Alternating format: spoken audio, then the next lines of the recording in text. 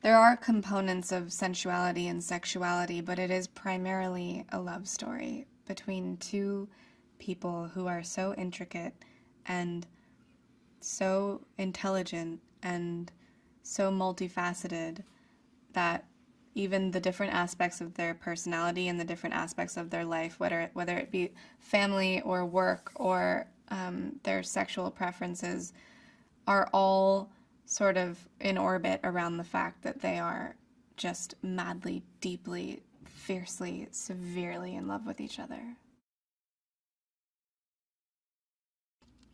They kind of compromise um, that they will try to work things out if he becomes more honest and open with her, which is all she really wanted in the first place. And how the last film ended, you know, was quite heavy on Anastasia, and I think that the fact that it was so intense and such an awful thing that happened and she still wants to go back is sort of a testament to how strong their love is. I feel so lucky to be able to play a young woman who not only experiences so much and has such a journey, but who becomes someone of such honor and substance and grace and elegance and even, you know, there's nothing thankless about her, and I love that. In the first movie, Anastasia is quite nubile and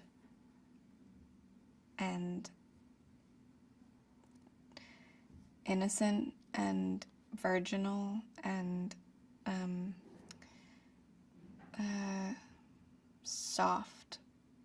And I think through this exploration of her love for this man and through her exploration of herself and what she wants in her life, whether that is, you know, becoming a figure of authority in her workplace and also becoming more comfortable with her sexuality, I think she discovers this strength within her that is so extreme and it is so powerful, and that is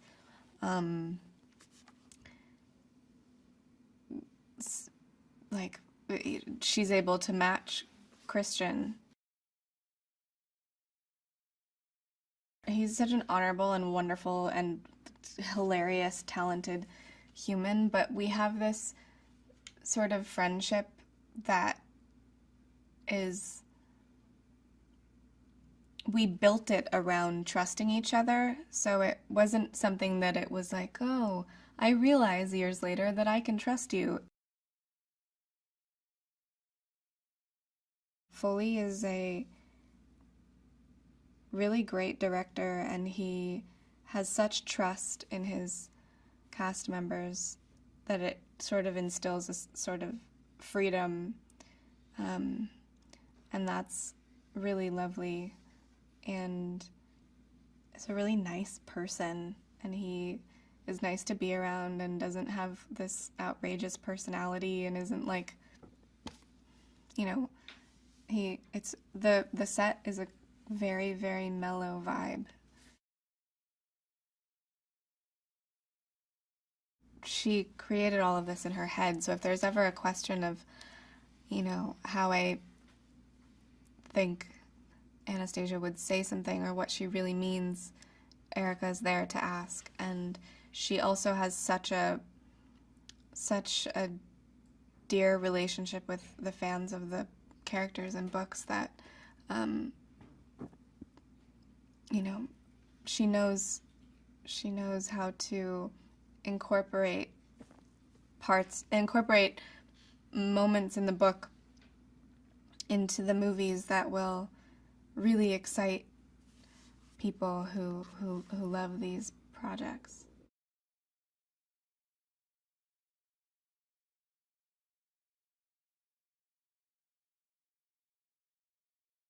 What's a great thing about Dakota is only she knows what I'm going through, and only I know what she's going through. You know what I mean?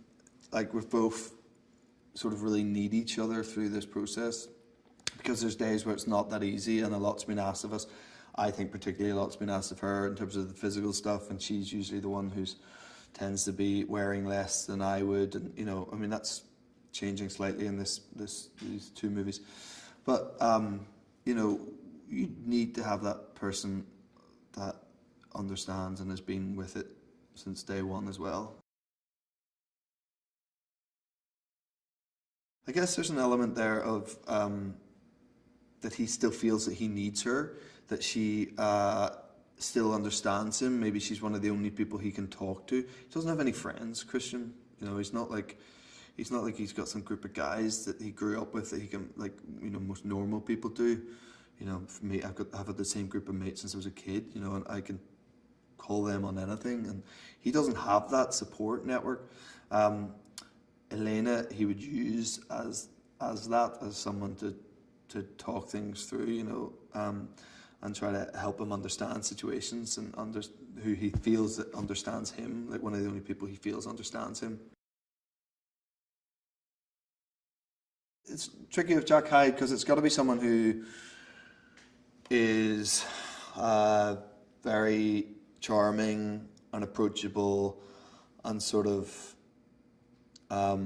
attractive, who also obviously has to have this undercurrent of someone who's sinister and is capable of doing very bad, harmful things. Eric as a person is just really nice, and you'd never think he's sinister. He's capable of anything too dangerous, but he obviously is in the movie and does it very well.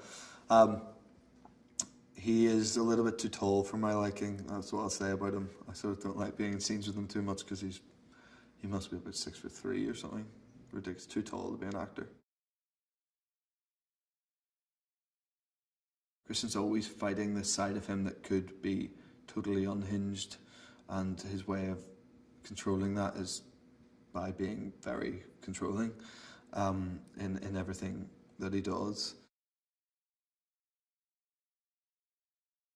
Still keep that grandiose vibe, but have things that are a bit more livable, and have it not, just have it feel like more of a home than we might have made it in the first movie, and give it a bit more warmth. I think was definitely something that was knocked around a lot.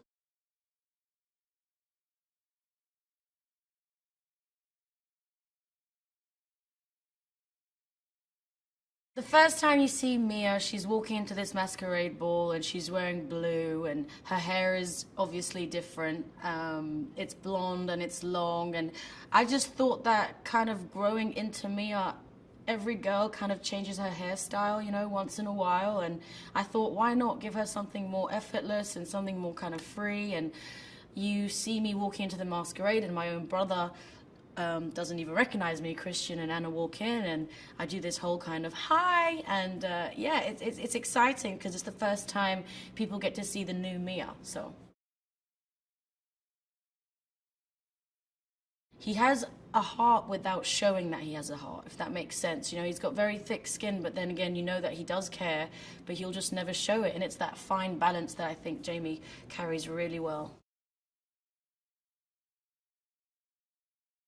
She's like a real inspiration for me because she's worked so hard, and she's so fun and lovely off set, and then when she's in her zone, it's incredible to watch her work her magic.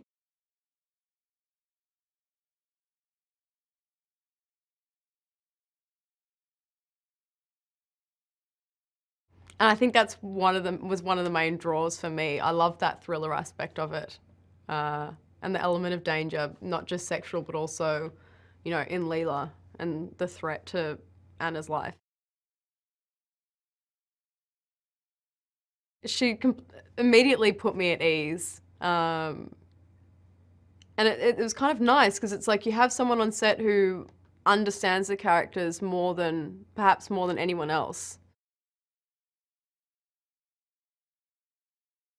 Mostly Leela just follows her around at kind of a safe-ish distance. I mean, there's one time when she kind of gets up the nerve to approach her in the street. Actually, what am I talking about? She breaks into their bedroom, watches them sleep. Yeah, no, she's completely... Yeah, I'm definitely a committed stalker.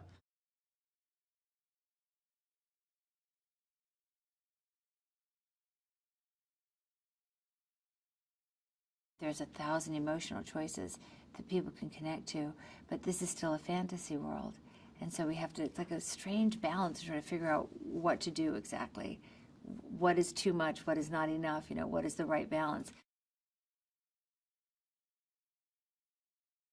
The bravery that they both bring to the characters, to the screen, to their own beings as actors is phenomenal. Hats off to them, because it's incredibly vulnerable. Part of his journey is to learn to be empathetic, to put himself in someone else's shoes, to feel for someone else, to allow himself to feel and to want and to be vulnerable and to take that mask off, literally, and be who he is.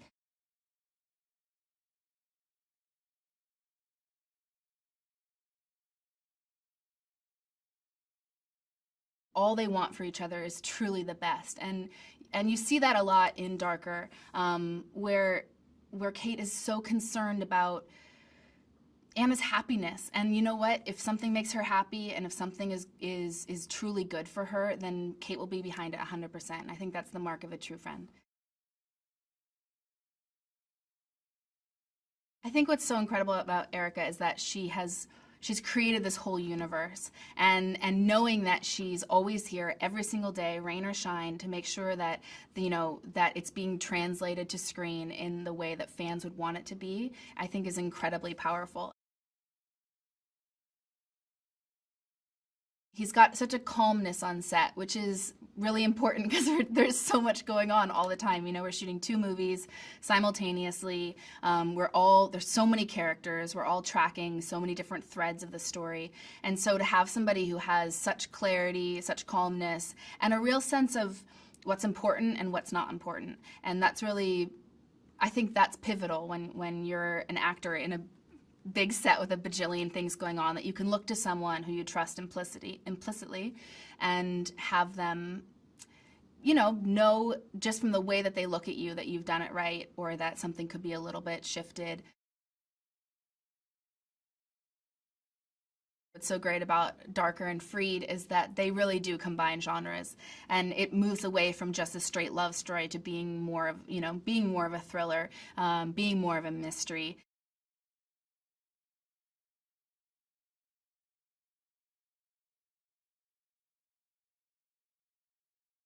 The thing about him is he's a kind of that classic predator. You know, he's the wolf in sheep's clothing. Like, he presents himself as a little more benign than he actually is, but at the center of him is a tortured person who's going to unleash some hell on people. Erica was great. I think the thing for me, I wanted to make sure that she was happy and getting what she wanted. I mean, these are characters that she's been living and breathing with longer than any of us. And for me, my own neuroses is I want her to be happy and hopefully encapsulate what she envisioned. And so hopefully that's what we've done. She's fantastic to play opposite of. She's so present, and it just elevates everything. It was a real joy. He wants his house. He wants his helicopter. He wants his wife.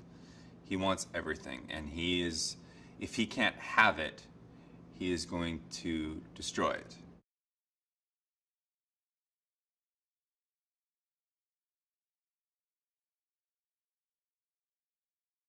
The relationship between Christian and Elliot, I just sort of see them as opposites, you know, and in a good way, in the best way, where sort of opposites can kind of attract. And I think that they have a really nice relationship in that way, where, you know, they're brothers, they give each other a hard time, there's a lot of joking and playful words and stuff, but I think deep down they really care about each other. And even though they're not blood, they really do feel like family. I mean, obviously it's an honor to be able to work with someone like Marcia, and who I've been a fan of for a very, very long time. And also, it's very nice to see what a wonderful person she is, you know, in between scenes and when the camera's not rolling. She's a wonderful human being and really, really fun to be around. And yeah, it just doesn't get better. It's been fun to explore the relationship a little more. Obviously, in the first movie, we meet and very quickly sort of, you know, the flame starts pretty fast. And in this one, you know, we have a more established relationship. It's a little more lived in. You know, when you meet us in Darker, we're on vacation together, and it's obvious that the relationship has progressed and that we're really mad for each other.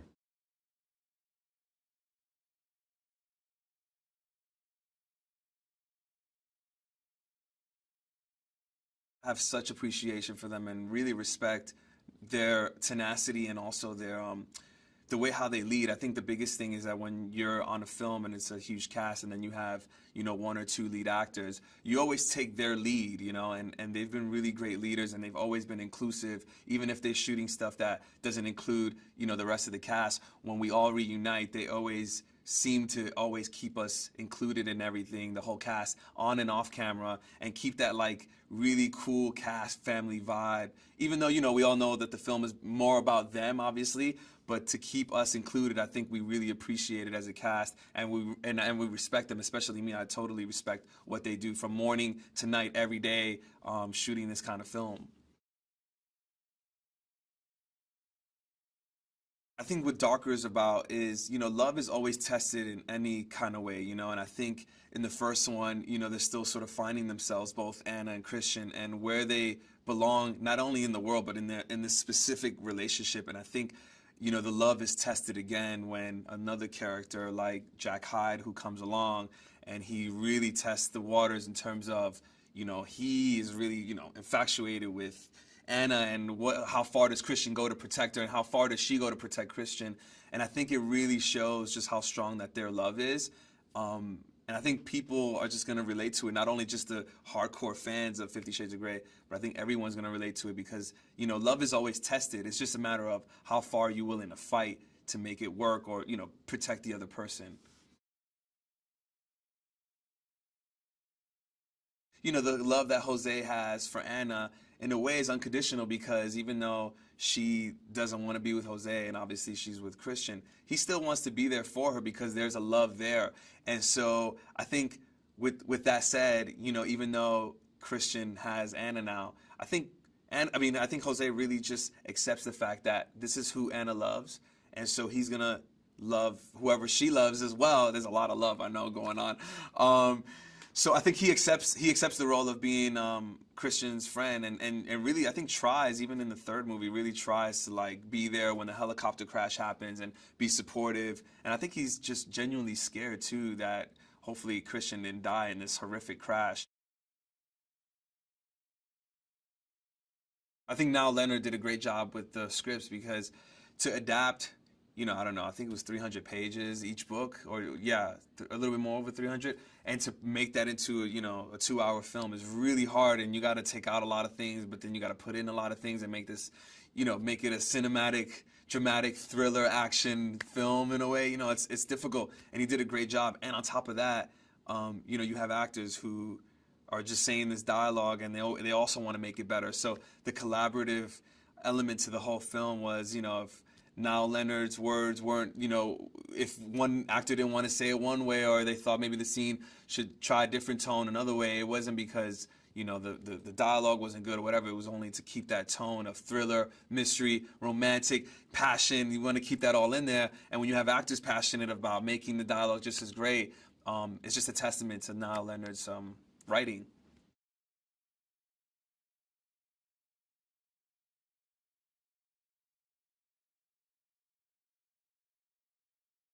The whole of Darker is about, will their relationship survive? And will it survive the emotional, psychological complexities that exist in each character and how they can work that out and change?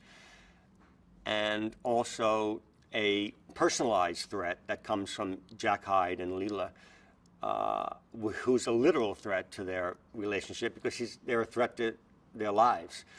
And so they become almost a symbol of the outside forces of society and stuff that would push Anna and Christian away from each other. And it's just realized in this physical threat.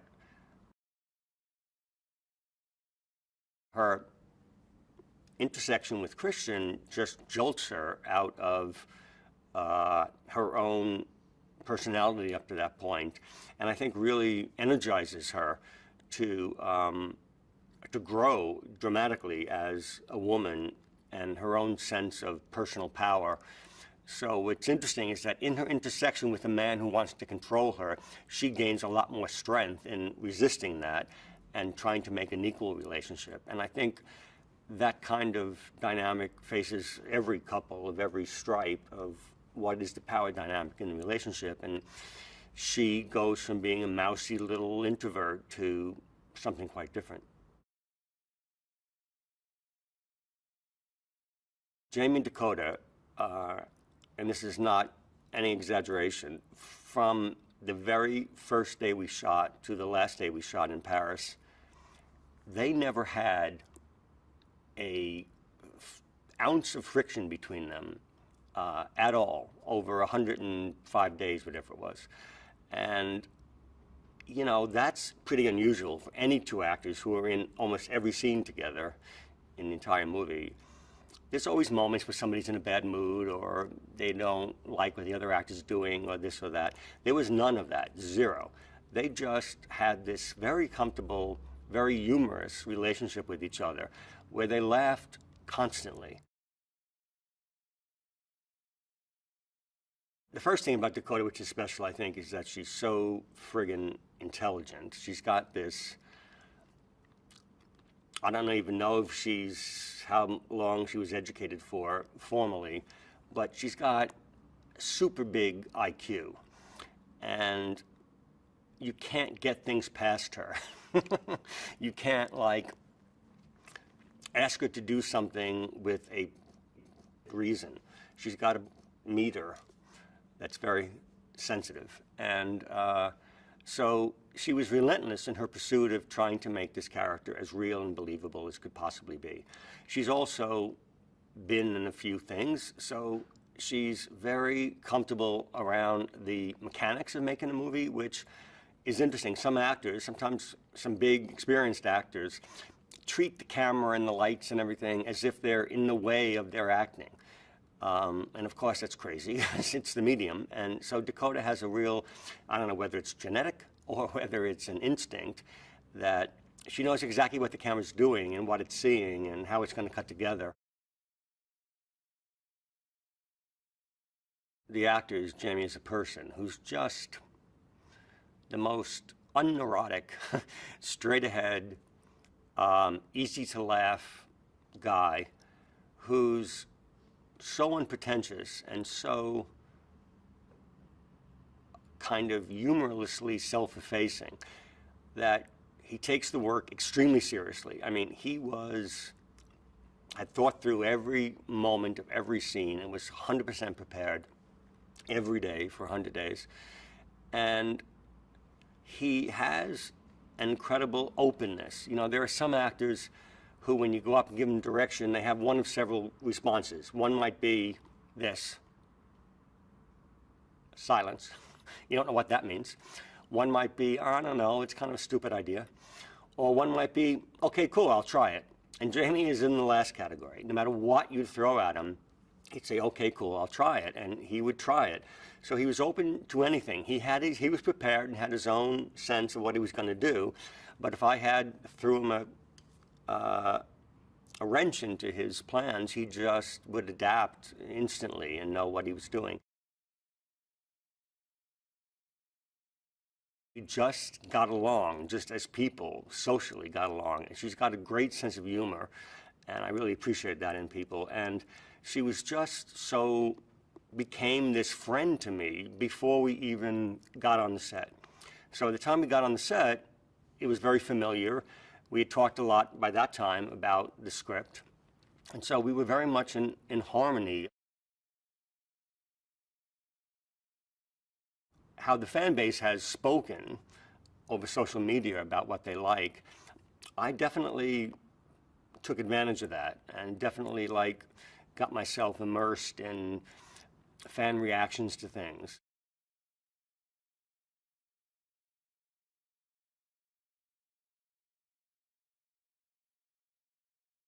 He did a really fantastic job of boiling everything down so that we got all the main set pieces and fan moments that we wanted, that would be expected into each movie. I think he's managed to pull that off. I think it was, we had to take so much out. I think because, the film can't be 6 hours. I think he managed to do it, though, really successfully. He's a dynamo, but he does drink an enormous amount of Red Bull. I wonder if that's to do with it. He really does. He's been so excited to do these films, and I think his excitement comes across, with each take, each thing. He just says, great, or nice, or let's do it again. And I think I can do a really good James Foley impersonation now. He's been, I think he's because he's so excited, it keeps the rest of the crew and everybody excited and to keep going and to get through such a long schedule. I mean, they're all a continuation of the romance. They are romance books, full stop, and they should be, and hopefully will be, romantic films. In terms of darker, I think we discover more, we go deeper, and there's also the first hint of Christian's old life and how he used to live his life coming in and infecting the couple as they try and get it together. So that's one of the reasons why it's darker, I think, because we've got these threats in the wings that come in to destabilise what should be a happy romance.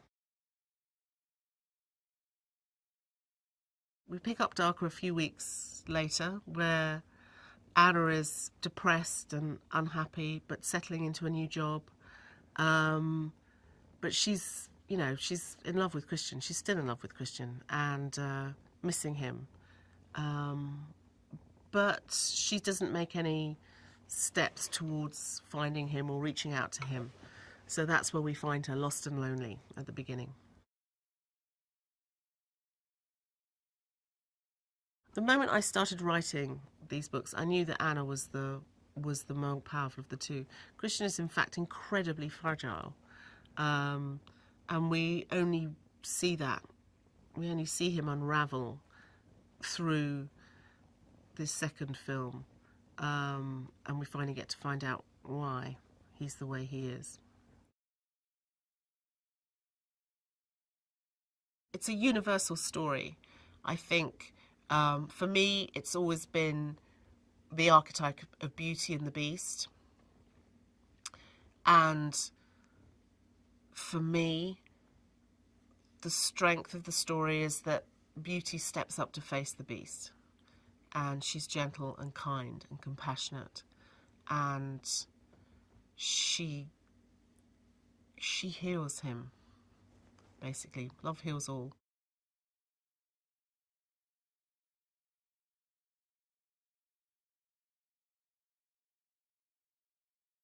The essence of Darker and the essence of 50 is that it's a psychological romance in a way. It's an exploration of damaged character, or Christian's damaged character, and how Anna, who seems almost sometimes to be passive and gentle, has got this inner strength. It's one of the reasons that she's called Anna Steele, because she has got this solid core and that Christian responds to. So I think that it is all those things you said, and also a psychological erotic romance, because it's exploring how people build trust and come to know each other enough to actually move beyond the damage that was inflicted in their childhood, in Christian's case, certainly. In the encounter with Layla, Anna sees how the way Christian controls Layla and the way Layla responds, and the way they seem to have a relationship which Anna could never replicate, because she never wants to become that submissive. At the same time, Anna, having her own doubts, feels that Christian needs this sort of relationship. And of course, this fear has been reinforced by Mrs. Robinson and by Christian himself. And therefore, when she sees that relationship between them, it's a real crisis for her. And Christian really has to go to a great extreme to bring her back from the brink of walking out on him. Not because she doesn't love Christian, but because she doesn't think that she could ever be the sort of woman who can make him whole. It was great fun writing Mrs. Robinson, because she has this immense self-confidence and self-assurance. She's sexy, she's experienced, she's intelligent, she's successful. All the things that Anna isn't yet. So she's incredibly intimidating. And of course, you know, casting Kim Basinger in the part is an absolute dream, because she just comes across with this wealth of sophistication. She's really, really intimidating. And I think Anna feels utterly dwarfed by her presence. The Red Room is part of the story of Darker, certainly, because Anna is tempted, lured back towards the Red Room, even though it was the scene of her humiliation and pain and fear. She's tempted back to it because there was also the scene of some incredible sensual highlights of her life to date. So she wants some of it, but not all of it. And she's keen to bring Christian back there, and he's keen to resist, because in that room she saw a side of him that he doesn't like and she didn't like. Having said that, through Darker they learn to trust each other, and they come back to the Red Room and re-explore and find some of the ecstasies that they discovered in the first movie.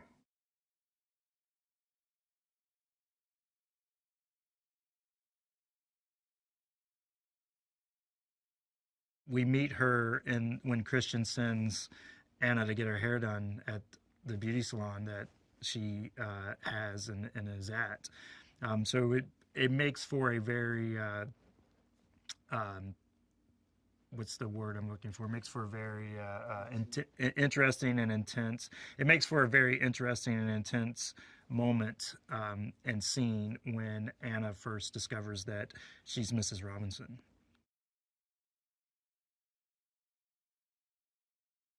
And casting the role of Elena Lincoln, who is Mrs. Robinson, we went pie in the sky with a name like Kim Basinger, and fortunately for us, the stars are aligned, and we got her. And I couldn't think of a better person to play the part. In 50 Shades of Grey, we explore BDSM, and when we go into Darker, we explored even more though, but it's more Anna's opening up to it and being more acceptable to it. In the first one, where she's discovering it, and in the second one, she already knows Christian's fantasies and desires, and so she comes into it fully aware, and so she's accepting it, and so we explore it even further with her, but it's on her terms.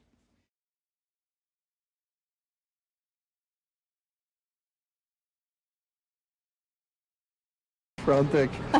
Ridiculous. What's up?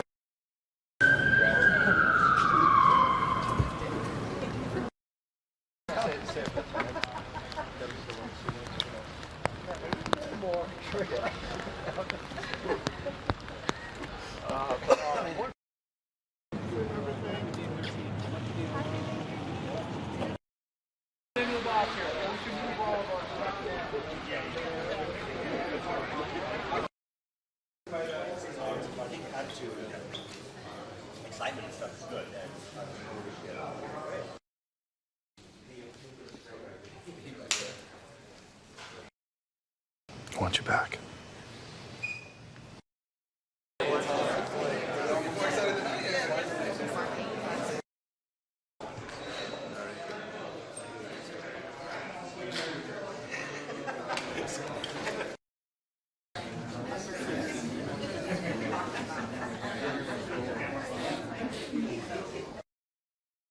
Or take one. Hey, only one. Good thing it's getting this shot tonight.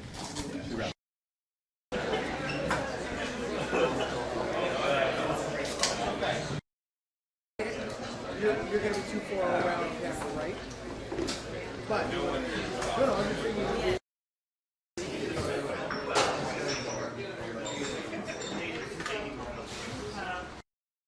Question. Do you want to be kept or taken seriously? There, and then I give you the cue. I need to put a picture and goes on the west. Almost a playful implications.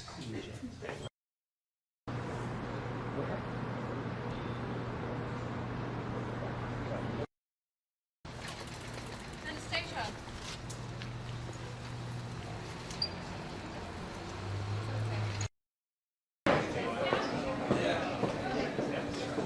It's good to see my dog.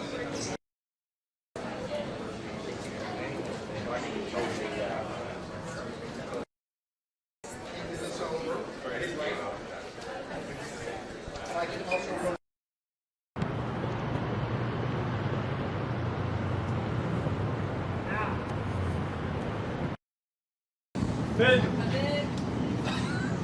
30 Alpha, take one. I think you're okay. Hey, only mark. Say when you're set.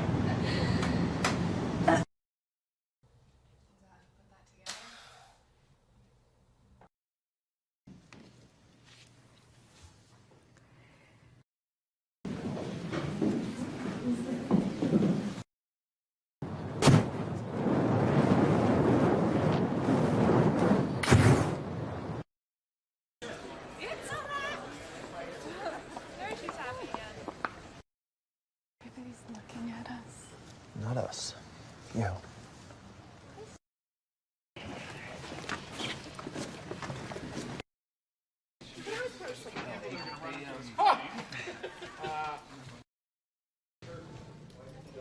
Hey, John Schwartzman. Pictures up. Hey, Mark. B Mark?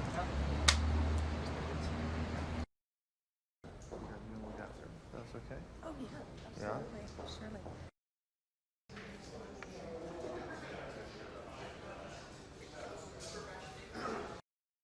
Install the new plants and use the existing workforce and train them. We'll be things at some point, right? Yeah. Okay. Yeah, they're going to be giving You should hear yourself and This you is should what. Okay, very quiet, please. We're rolling. And I already had it.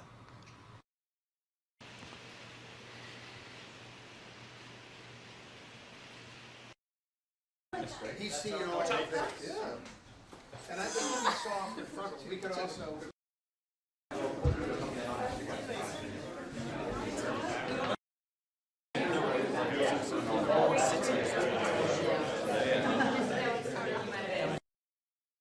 Christian, there you are. Happy birthday.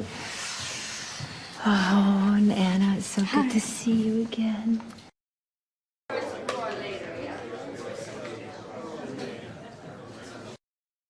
Oh. So, what does it feel like to bag Seattle's most eligible bachelor? I was over your shoulder.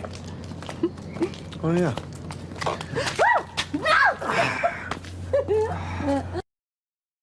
You want to touch some flowers? Oh my god. It's okay.